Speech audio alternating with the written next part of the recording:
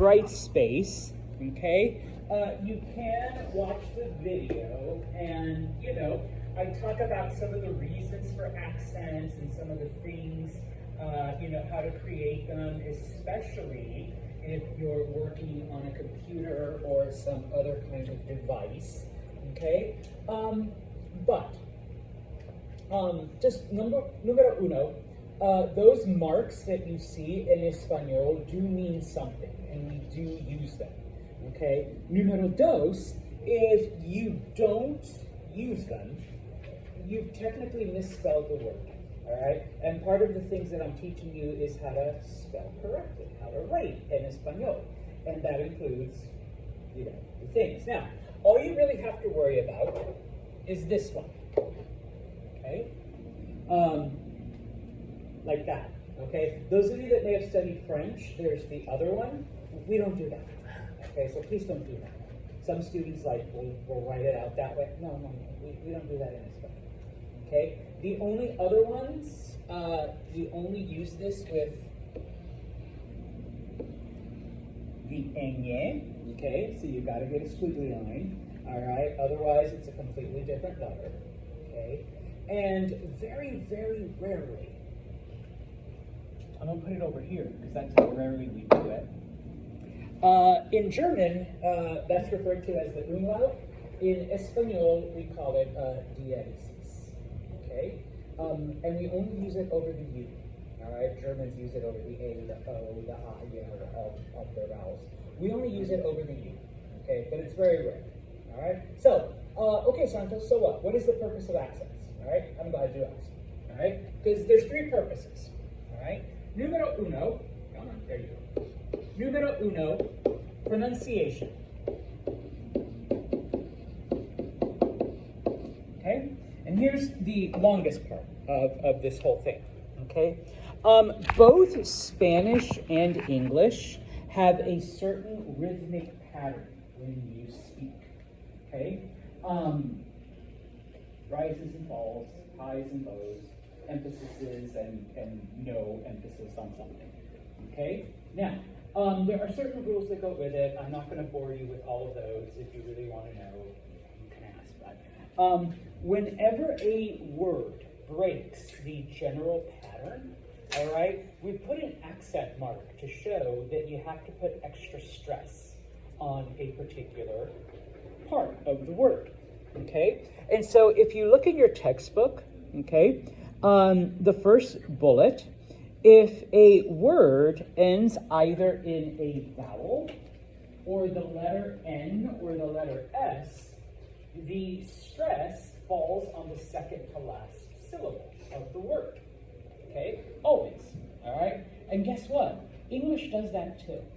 All right? If you don't know how to break up words into syllables, I learned this in my first grade, three syllables.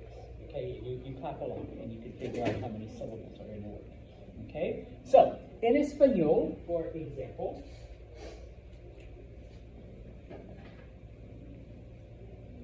the word mesa means table. Mesa, two syllables.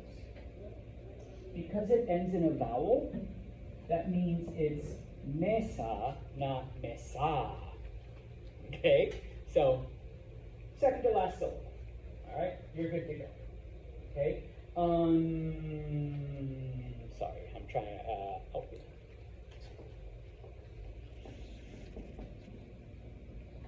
Mochila means backpack.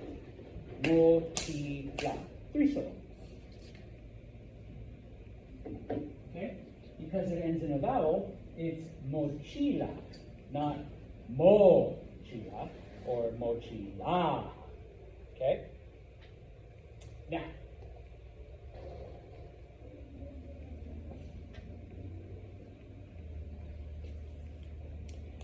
this means telephone, okay? Now, many of you, when you see this word for the first time, will want to say telefono, okay? Because, once again, it ends in a vowel, so the stress goes on the second to last syllable. Telefono, 4 syllables, okay? Second to last. But that's not how you say the word, this one breaks the rule. And so because it breaks the rule, we draw a line right there. The word is telefono. Not telefono, not telefono, okay? Telefono, no. Telefono, okay? So when you see an accent mark, put extra stress on that letter, okay?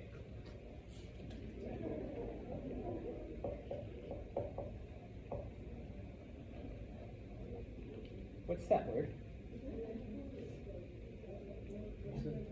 Blue. You're thinking lapis. No, not blue. Lapis. Ooh, a little more on the A. Lapis. Lapis. What is a lapis? Pencil. Pencil. Yeah, it's not lapis. All right, it's lapis. Okay. You put extra, and if you have to exaggerate, exaggerate, because poor Emma here thinks I'm going la,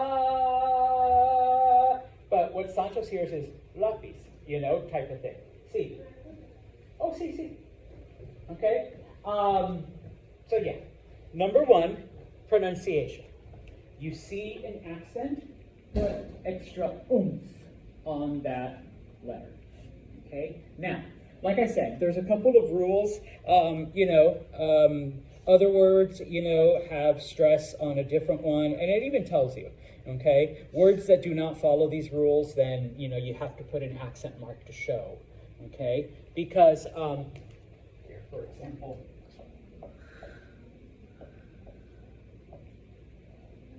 that's the word for Saturday, sábado. Beginning students look at that and go, sábado. Because once again, that is the natural pattern of the word. But this word breaks that rule. Okay? So you put an accent mark over the A to show that it breaks the rule, and so it shows you how to pronounce it correctly. All right? Now, as the semester progresses, we will get into, like, okay, you have to put an accent here, you have to do this. All right? But even Santos, when I first started as little Santos, all right, I just remembered, like, certain things. So I'll give you like a little cheating hint here. Any word that ends in ION always has an accent mark on that O. Always. Like there's no exceptions. It just does. Okay? Certain words, like I just remembered, like después. Después means later or after. There's always an accent on that E. Always. It just does. All right? It's kind of remembering how to spell things. Just remember to write a line over the E. Okay, type of thing, all right? Because, yeah, if you don't, well, one, technically it's misspelled, but, it might lead people to mispronounce it, okay? See, Kaylee. Do you know which letter to put the accent on? Like for telephone? Well, because it's tele. So you always put it where you get the oof, okay? Now, that's the main reason, pronunciation, okay? But there's two other reasons why we use accent marks in Espanol, all right? Número dos.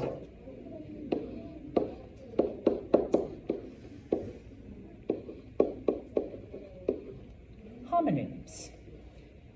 Does anyone know what a homonym is? Words that sound alike but are different. Okay. Now, in English, y'all are nice, all right? 222, all right? TWO, okay? There, okay? Even though some of you confuse them, all right? THEY apostrophe RE, THERE, okay? They're spelt differently. In Spanish, we don't do that, all right? So, the only way to tell the difference is with an accent mark. All right. Now, there's actually quite a few, but I'm only going to give you the ones that you're going to like really see here in Español Uno.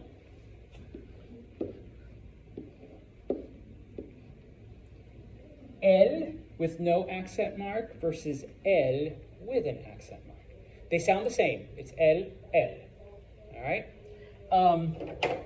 This means the. Specifically, it is the masculine form of the. This means he. So, el papel, the paper. Él habla español.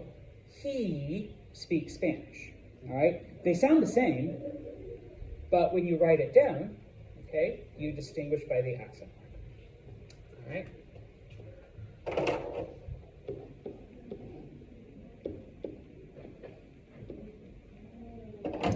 Tú versus tú.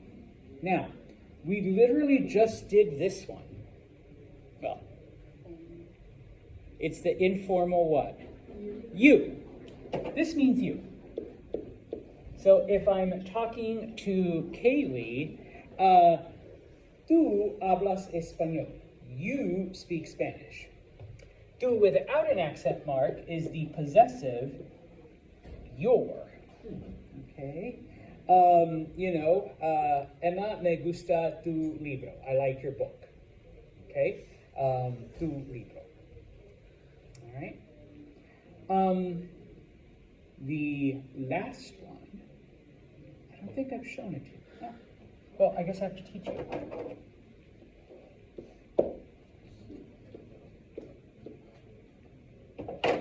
C with an accent, C without an accent.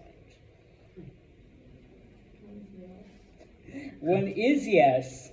C with an accent means yes. This. C. C with no accent means if. Okay? Now, some of you would be like, oh, but Santos, you know what I'm talking about. Yes, I know what you're talking about. But it doesn't change the fact that you're an idiot. All right? And some of you might be like, wait, what's the... you're like, wait, what's wrong with that one?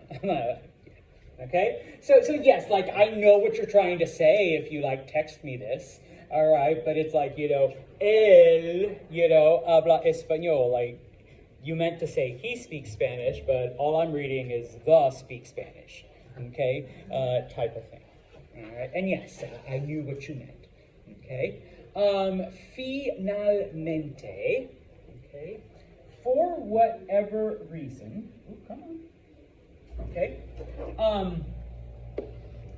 anytime there is a question,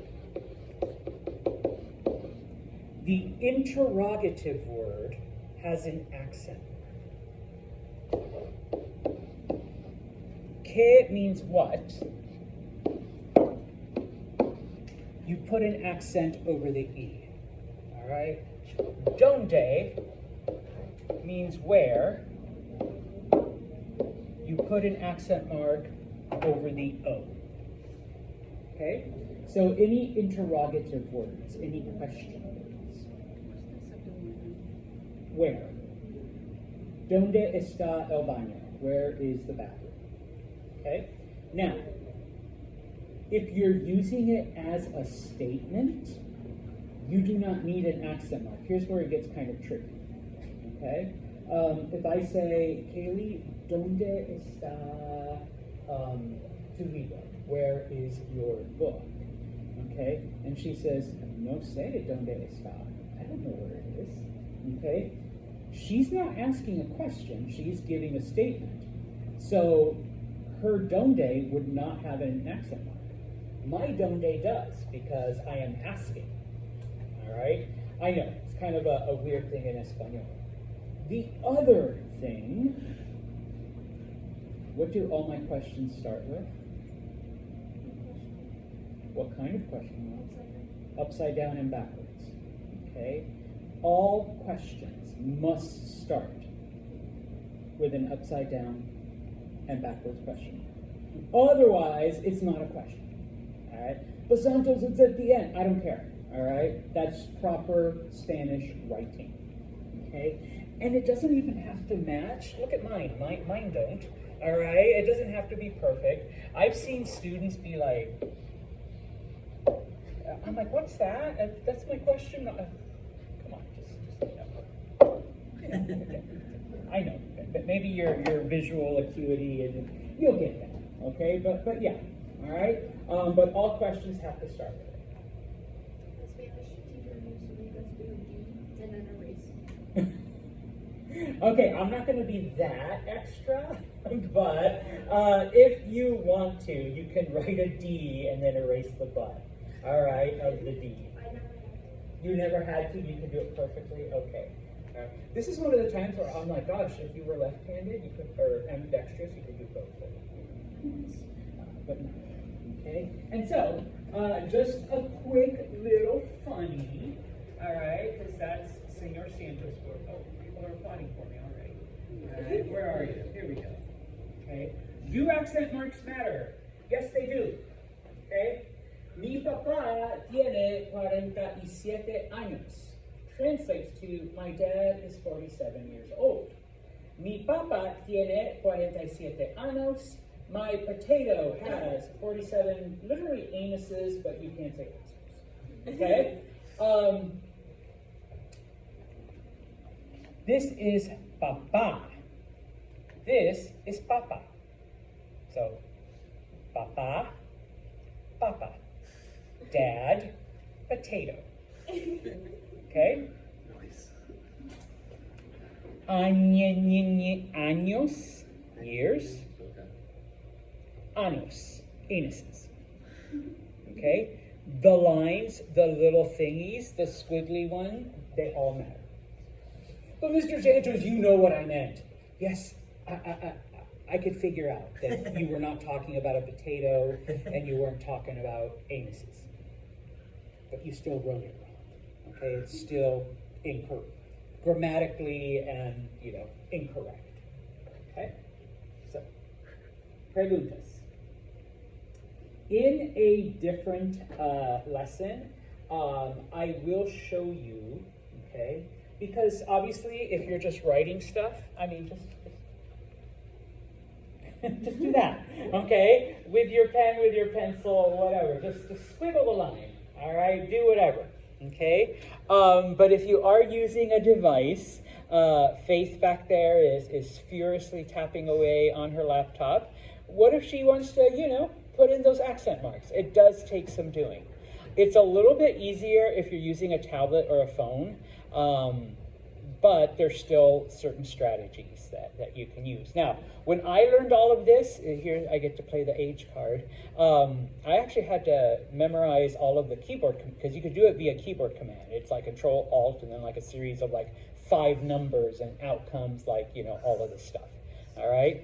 You know what? It was just a part of me, so I'd just be typing and Control Alt, and then boom, boom, boom, things pop up. All right. Yes, I know it was a pain in the ass. But now with newer programs and technology and other strategies, there's easier ways of doing that. I'm not going to teach you the keyboard commands. You really don't need those anymore. All right. But there are other ways of doing it. Okay. Now, when it comes to spelling.